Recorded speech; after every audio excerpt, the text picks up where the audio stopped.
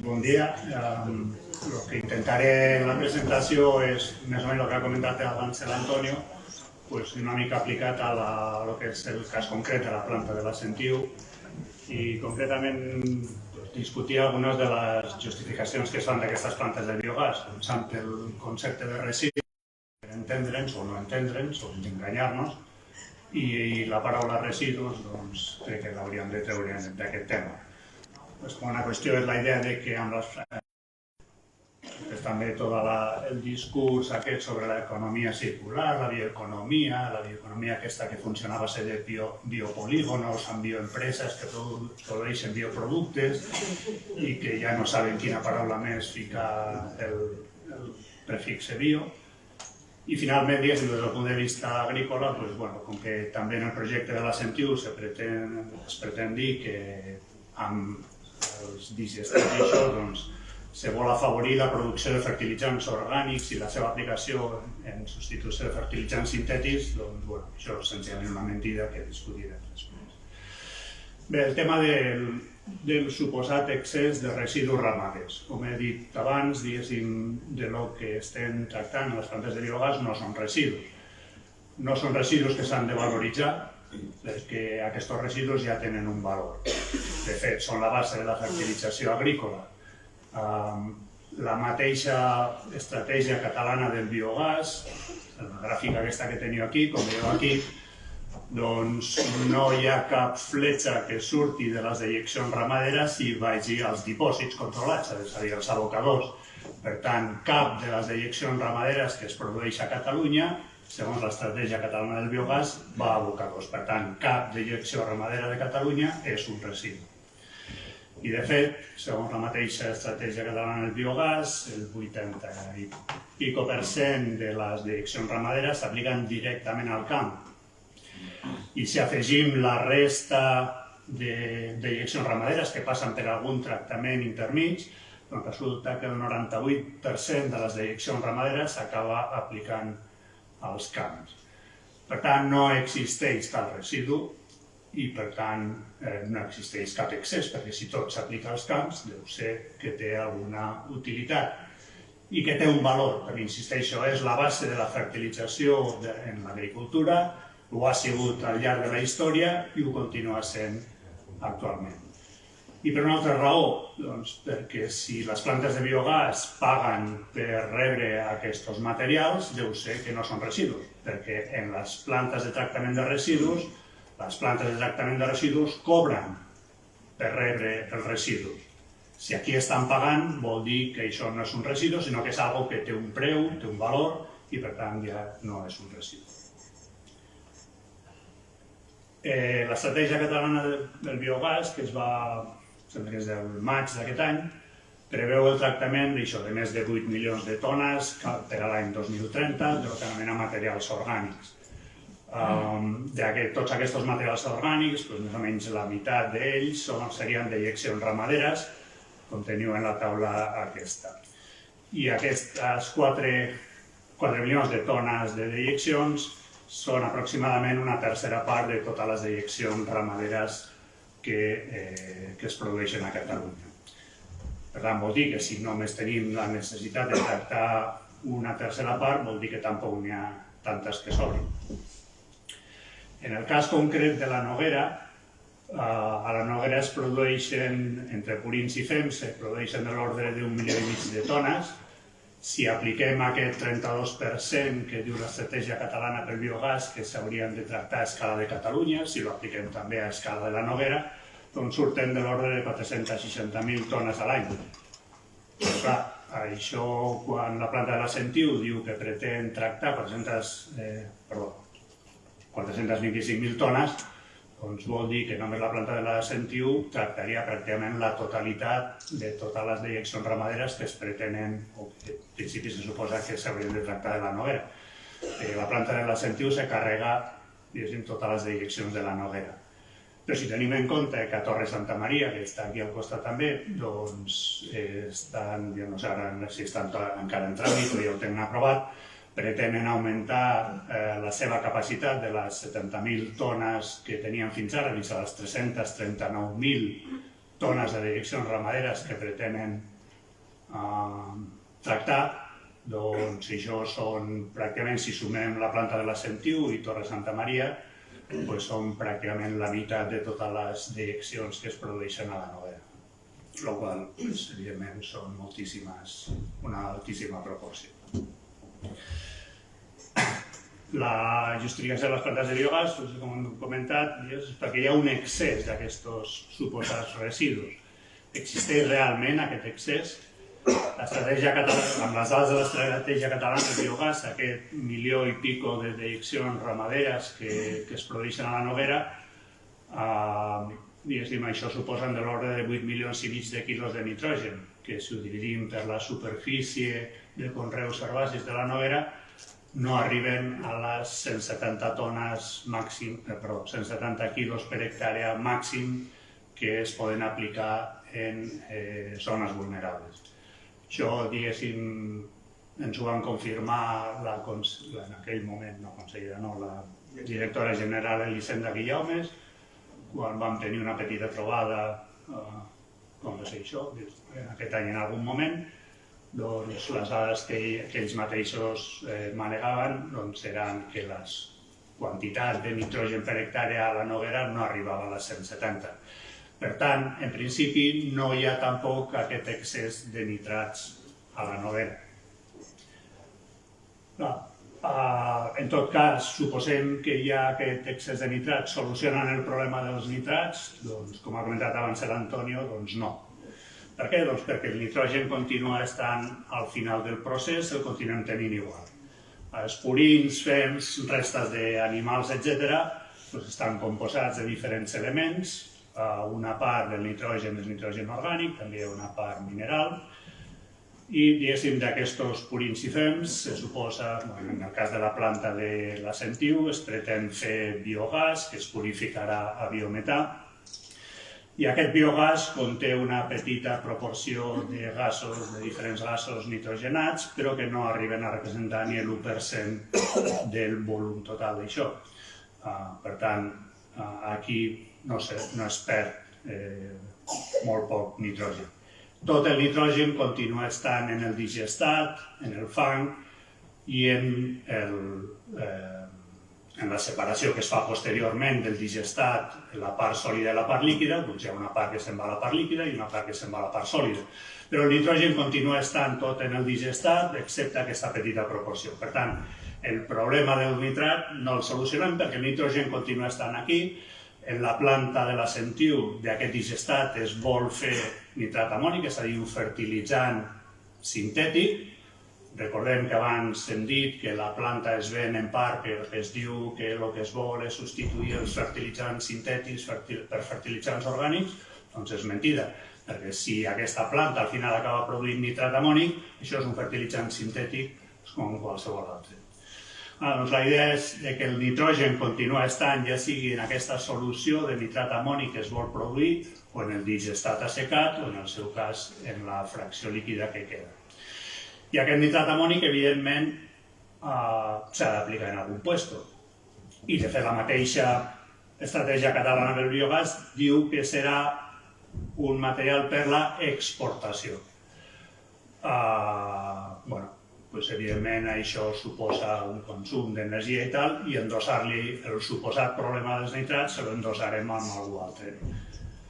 I, evidentment, el digestat s'haurà d'aplicar a algun lloc, suposa que als sols, o bé acabarà en els abocadors, però continuarà estant por ahí voltant dins del paisatge.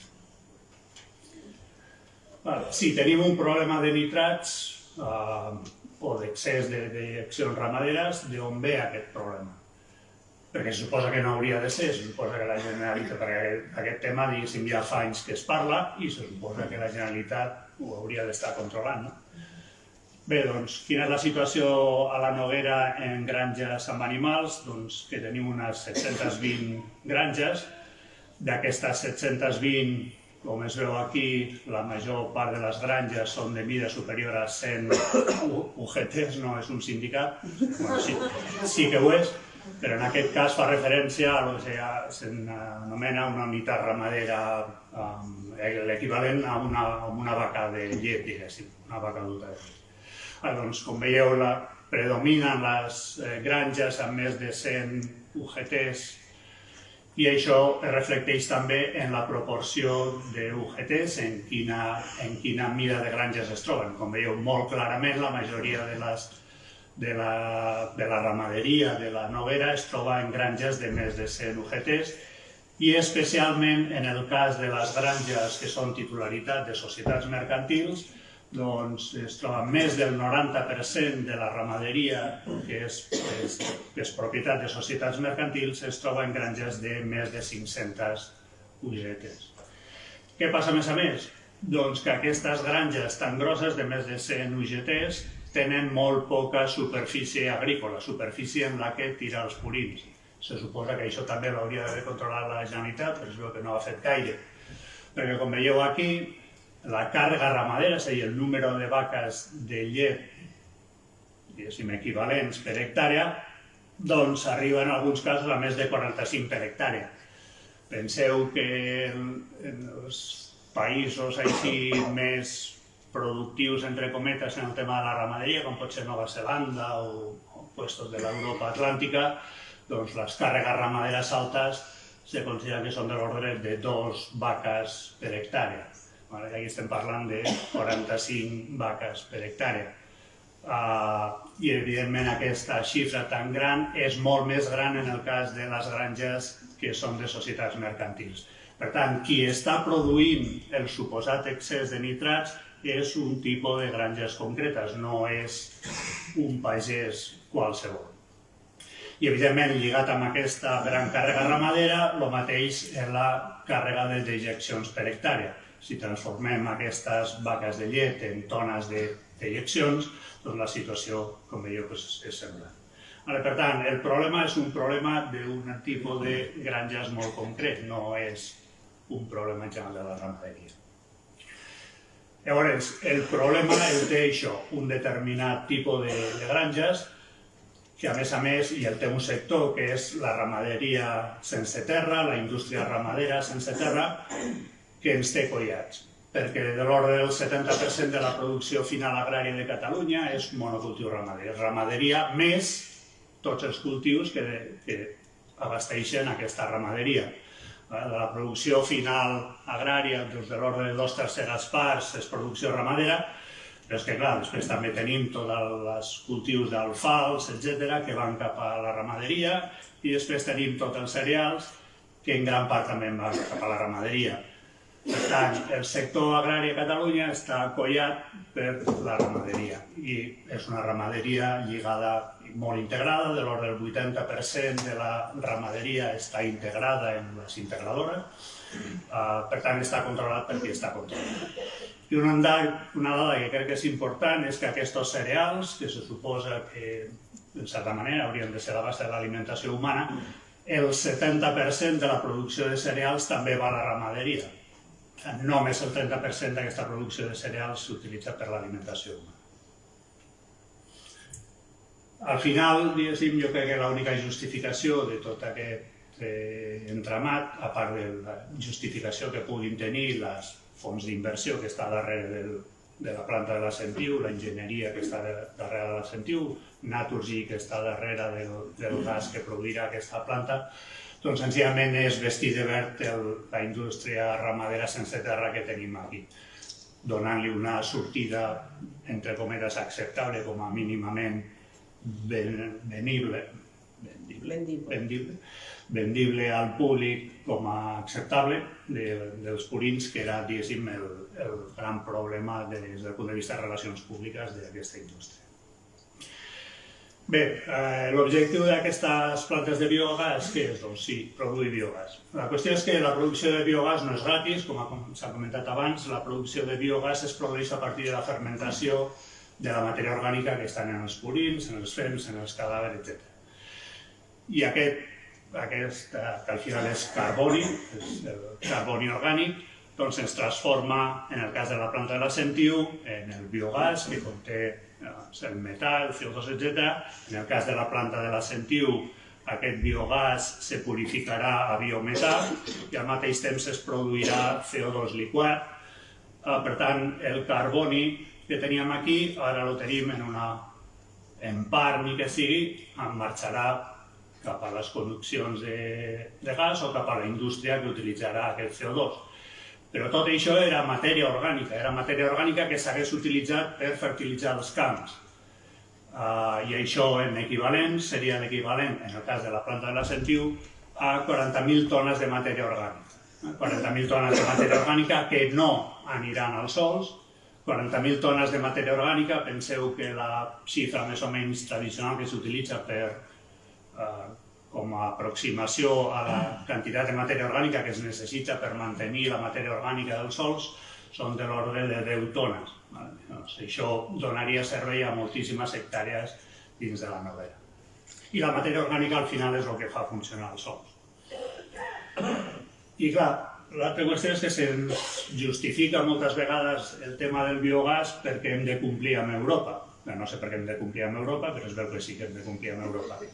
I la Comissió Europea ha marcat uns objectius que hem de produir no sé quanta proporció del gas en forma de biogàs, però és que la Unió Europea d'aquí 4 dies també obligarà els pagesos a tenir un cert nivell de matèria orgànica al sòl. L'any passat hi ha una proposta de la Comissió de lo que s'anomena aquesta llei de vigilància del sòl que exigirà que els sòls tinguin un cert contingut de matèria orgànica. I actualment, amb la proposta, que de moment és una proposta, els nivells de matèria orgànica que exigeix aquesta proposta, jo diria que més del 90% dels sòls agrícoles de Catalunya i de Lleida en especial no compliran aquesta llei de vigilància del sòl. I per tant, no sabrem què farà la Unió Europea a partir d'això, però se suposa que els pagesos s'hauran de buscar matèria orgànica on puguin. I, evidentment, el tenir aquestes plantes de biogàs l'únic que farà és posar-los més problemes als pagesos per trobar aquesta matèria orgànica. Per aquestes plantes de biogàs, a més de quedar-se en part de la matèria orgànica que haurien de tenir els pagesos, doncs ocupen sols, destrueixen sols, com qualsevol urbanització, com qualsevol polígon industrial. En el cas d'aquesta planta de la Sentiu, de moment no ocuparia 7 hectàrees, se planteja ocupar 12 més en el futur, però aquests sols, si es volguessin utilitzar per posar plaques solars, no es podrien utilitzar per posar plaques solars, perquè són sols d'alta qualitat agrícola, segons el mateix mapa de classes de capacitat agrològica de la Generalitat, i per tant no es podrien ni posar plaques solars. I en canvi representa que sí es pot posar una planta de biogàs. Per això, fins i tot des del punt de vista del reglament urbanístic, no es pot. El reglament urbanístic de la Generalitat, en un dels seus articles, diu que un dels objectius del planejament ha de ser la conservació dels sòls de més valor agrícola. Per tant, això està incomplint el reglament d'urbanisme. I està incomplint també el reglament d'urbanisme, i això té a veure amb la primera qüestió, la del tractament dels suposats residus, perquè, clar, en sòl no urbanitzable, en principi, les plantes de tractament de residus es poden posar, però les plantes de biogàs no.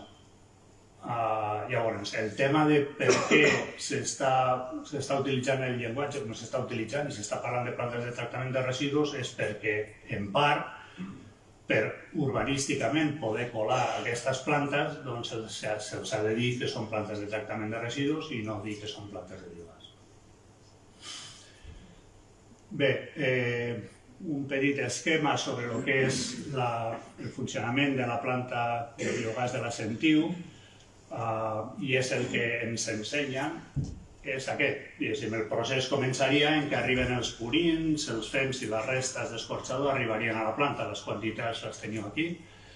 A partir d'aquests purins se produiria per fermentació el biogàs es purificaria a biometà, al mateix temps se separaria el CO2, es liquaria i es vendria a la indústria. I d'altra banda tindríem el digestat, que són uns fangs, que com hem dit abans, una part se separaria bona part del nitrogen en forma d'un fertilitzant sintètic, és el nitrat amònic, Després hi hauria el digestat assecat, que seria la part, diguéssim, més sòlida, per dir d'alguna manera, i després hi hauria una altra part líquida, que com que no acaben d'aclarir quin tractament se li donarà, en part per el que ha comentat abans l'Antonio, que el procés d'osmosis que podria purificar aquesta aigua té un alt cost energètic, doncs no acaben de dir si ho faran o no ho faran. Per això, en principi, s'abocaria al barranc de Santa Maria. Clar, si no es fa el procés d'osmosi, aquesta aigua és una aigua molt salina. Per molt que diguin que es pot utilitzar com a fertilitzant, doncs no, és una aigua molt salobre i no es pot utilitzar com a fertilitzant. Si ho aboquen al barranc de Santa Maria serà aigua salobre que acabarà, bueno, si no es queda a mig camí, acabarà al Segre, però això és aigua molt salobre. I si es fa el procés d'osmosis, doncs hi haurà un residu salí que s'haurà de veure què es fa amb ell. Però bueno, la qüestió d'aquest tema és que ens ensenyen la part de baix, però no ens ensenyen la part de dalt. Perquè, evidentment, per tenir aquests purins i aquests fems necessiten tot això d'aquí dalt i més. Llavors, tot això, tot aquest procés, el seu origen són fosfats, és potassa, que es produeixen mines. En mines que estan al Sàhara, per això els saharauis estan patint en part el que estan patint, en llocs com Canadà, Xina, Bielorússia, etc. I aquestes mines de fosfats i potassa no són renovables, són dipòsits igual que són els dipòsits de gas, doncs exactament igual són les mines de fosfats i potassa i són necessàries per tot el procés de producció agrícola que tenim aquí per arribar fins als purins, no necessitem tot això i necessitem aquestes mines de fosfats i potassa. I també són no renovables els sòls en els que es produeixen aquests cereals, aquests panissos i aquestes sojes i tot això. Perquè aquests sòls també tenen els seus nutrients i també s'esgoten, i no són infinits. Evidentment hi ha altres insums que tenen el seu cost energètic, les seves emissions i tot això. Tota aquesta part, doncs, en certa manera no es l'amaguen, perquè en certa manera espatlla tota la pel·lícula que ens venen després. Doncs aquest procés es basa en una sèrie d'elements que no són renovables, ni que siguin les mines de fosfats i potassa, no ho són. Evidentment, també tota la resta de combustibles que s'utilitzen en el procés, de moment tampoc no són renovables. I això és un procés lineal.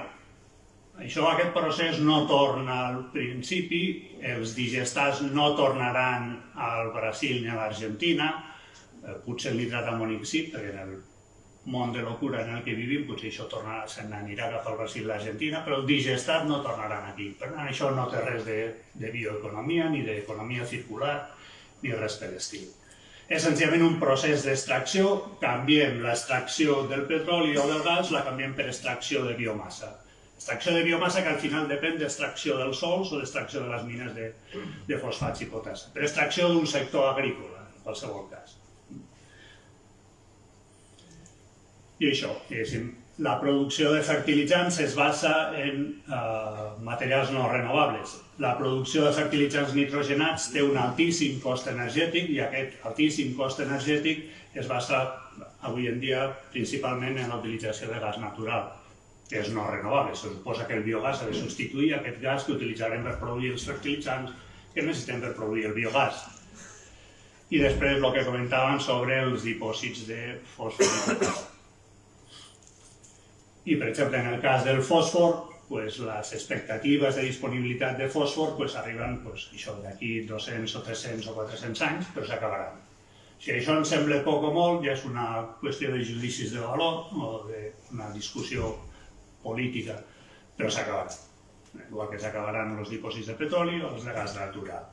Amb la potassa passarà alguna cosa semblant, sembla que els dipòsits de potassa són més grans i, per tant, tindríem una mica més de temps per acabar de suïcidar-nos, però els de fòsfor, de fet, fa uns anys, ara no tant, però fa uns anys, igual que se parla, va comentar ahir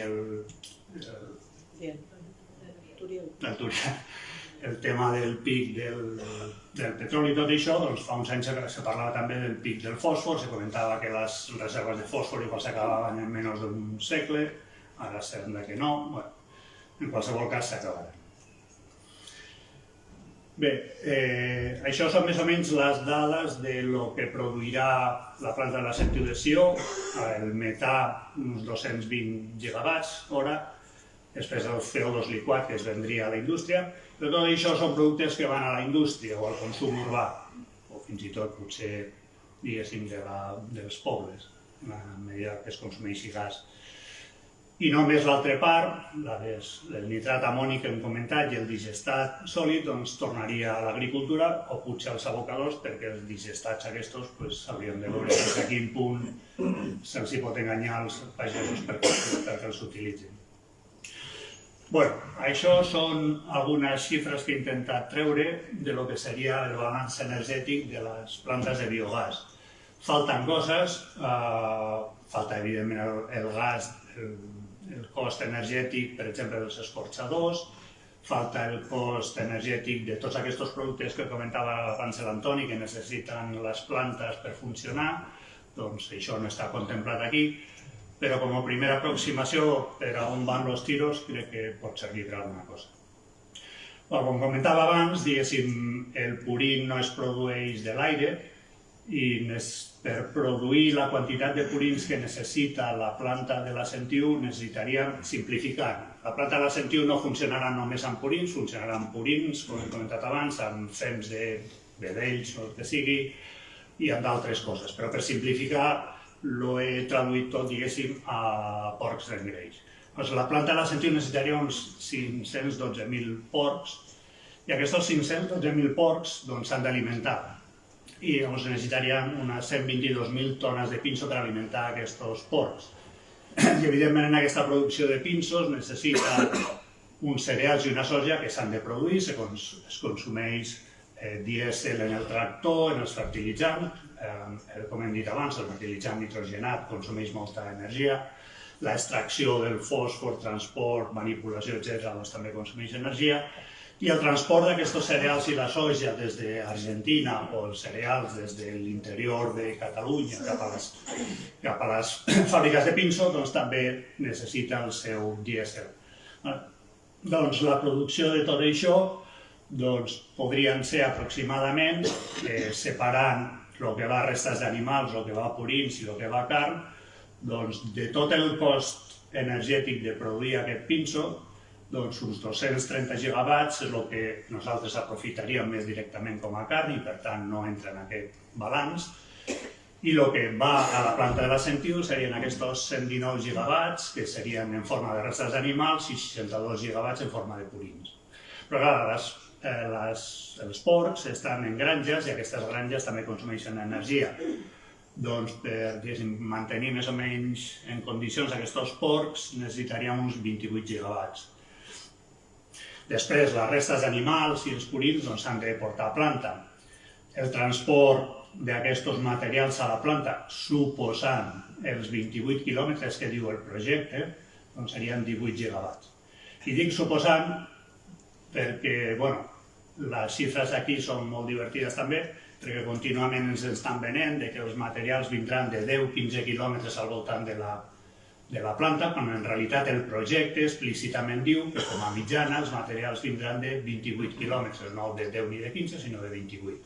Si ens creiem els 28 quilòmetres, que també jo ho poso en dubte, serien aquests 18 gigawatts. Però clar, la planta, a més, a part dels materials que no estan comptabilitzats aquí, la planta, diguéssim, gastarà 57 gigawatts d'electricitat directament, 2 gigawatts de les plaques solars que instal·larà, 10 gigawatts de gas natural. Això també és part del funcionament de la planta. Aquí tampoc estan comptabilitzats quan costa la construcció d'aquesta planta i quan costarà desmantellar-la, perquè clar, la planta en els 30 anys, diguéssim, s'haurà de desmantellar segurament, potser alguns anys més, que sigui, però en algun moment s'haurà de desmantellar, a no ser que ens deixin allà el Museu de los Horrors, però això és un altre tema. Bé, total, la idea amb tot això és dir, si la planta se suposa que és una planta de producció de biogàs i per tant se suposa que té un objectiu energètic, doncs què menys que fer un balanç energètic, no? Doncs se suposa que la planta produirà de l'ordre de 220 gigawatts. Si sumem aquests 69 que hi ha aquí, més 18 són 87, més 62 són 149, més 119 són 268, doncs jo diria que això s'ha acabat. Clar, evidentment la planta no només produeix metà, també produeix aquest CO2 líquid, això no ho tinc comptabilitzat, i també produirà nitrat amònic, i el nitrat amònic, com hem comentat abans, els fertilitzants nitrogenats energèticament tenen un cost molt alt. Si la planta produeix nitrat amònic, això representa uns 30 gigawatts. En qualsevol cas, les xifres, amb aquestes dades, evidentment falten coses, i segurament hi ha molta variabilitat aquí, i tot el que vulgueu, però no, a mi almenys no me convencen des del punt de vista del balanç energètic. Crec que no donen l'energia, no justifica tot el muntatge aquest, el cost energètic pot ser de l'ordre del que es produeix des del punt de vista energètic. Sí. I finalment, la idea és, diguéssim, també ens volen vendre el tema de que produirà fertilitzants orgànics que permetran substituir els fertilitzants sintètics, però insisteixo, és que la planta produirà fertilitzants sintètics. Aquest nitrat amònic és un fertilitzant sintètic, que algú se l'haurà d'empassar. Per tant, aquesta suposada substitució no existeix. I és que en qualsevol cas, els fems i els purins ja ho són de fertilitzants orgànics. Per tant, fer tot aquest procés per produir els fertilitzants orgànics que ja tenim, jo diria que no té massa sentit. I clar, si ens volen dir que el digestat és la repera, doncs no. El digestat al final no és la manera més sostenible de gestionar les dejeccions. La primera opció sempre hauria de ser la utilització directa del sòl agrícola, és a dir, el anar remenant les coses amunt i avall és un cost energètic i unes pèrdues en el procés que són més o menys grans, però són pèrdues. I si no és l'aplicació directa en el sòl agrícola, és molt més, des del punt de vista agrícola i de les característiques del digestat, és molt millor senzillament fer un compostatge. Perquè el digestat és un material que encara no s'ha acabat d'estabilitzar i la seva aplicació directa al sòl no seria el més recomanable, com s'ha comentat abans. I des del punt de vista agronòmic, el més lògic seria fer compostatge. De fet, en molts llocs el que se planteja és, després de tot aquest lío, amb el digestat, compostar-ho. Però igual seria millor compostar-ho des de bon començament. Però això és més o menys el que